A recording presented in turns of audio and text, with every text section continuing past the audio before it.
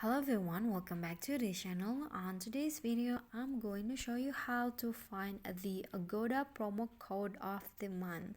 So in Agoda apps, you'll find there are so many deals and also promotion code that is provided by the apps, and I'm going to show you how to find that.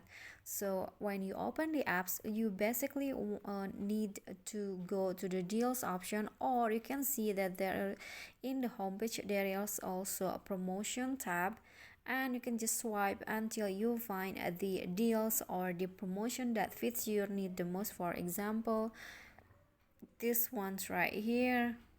So when you click the promotion that is offered in the apps, okay, so let's just wait. So the app will now show you to the hotel that is has up to 15% discount. So this is the deals of the month. Or you can also go to the deals option, this one right here, to go to the there is usually coupon or discount code that you can find in here. Okay, so you can just scroll down until you find the deals or the promotion code that fits your need the most.